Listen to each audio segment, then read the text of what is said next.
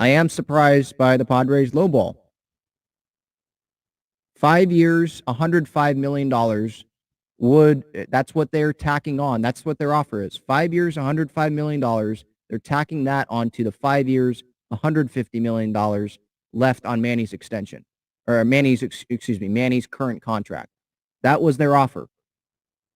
So 5 years, 150 from 2024 to 2028. And then they add on 5 more years at $105 million, $21 million a year on the last 5 years of the deal. So in total, that would be, 10 years, $255 million? That was the Padres' offer, essentially. $255 million. That's not good enough. That is a low ball offer. And I know that the team, they're not going to go offer Manny $400 million right out of the gate, like as the first offer. But to offer $255 million, that's it, to the face of the franchise, to the captain of the team, especially when they just gave Xander Bogaerts $280 million. Let's put that into context, right? So this contract, if we include 2023, this offer that the Padres made, you include the $30 million from 2023 and the $255 for the 10-year deal after 2023. So the deal starting in 2024, 30 plus the 255, 285. So that deal, let's say it's 11 years, Manny signs the extension. It would have been 11 years, including this year, for $285 million. Only $5 million more than what Xander got. That's not going to do it.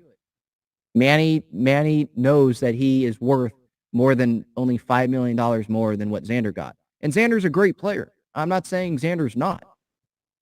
And some people think the $280 million that Xander got was an overpay. Right? So if you have to be overpaying Machado to get a deal done, 285 is not going to get it done.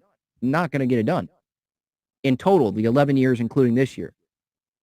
So that's what we know right now. February 16th was the deadline, according to Manny. It was passed with one offer. 5 years, $21 million a year tacked on to the 5 years, $150 that were remaining on the deal after 2023. That's not good enough. Especially when Manny is seeing all the money being thrown at big free agents this offseason, right?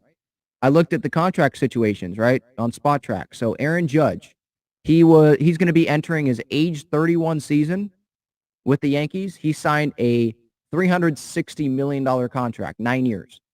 And the Padres, the team Manny is on, was willing to offer Judge more than $400 million for a guy that's never played on the team.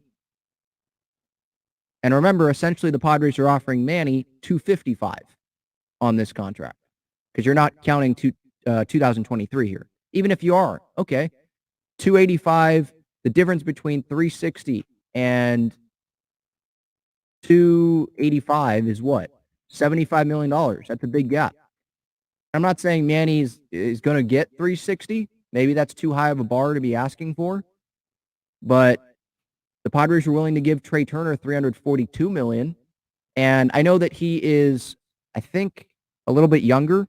Let's take off 1 year off of the 342, 11 years that I believe the Padres offered Trey Turner that he turned down. He took 11 for $300 with the Phillies, right? Take off 1 year from that. The AAV on that was like 31 mil, I think, somewhere around there. Let me double check that. 342 divided by 11, a little over 31 million.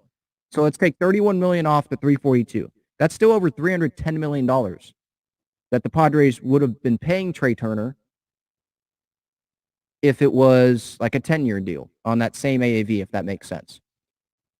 That's still more money. That's what, $25 million more than Trey Turner?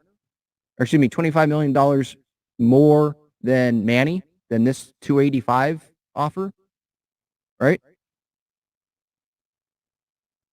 That's not good enough. That's not good enough.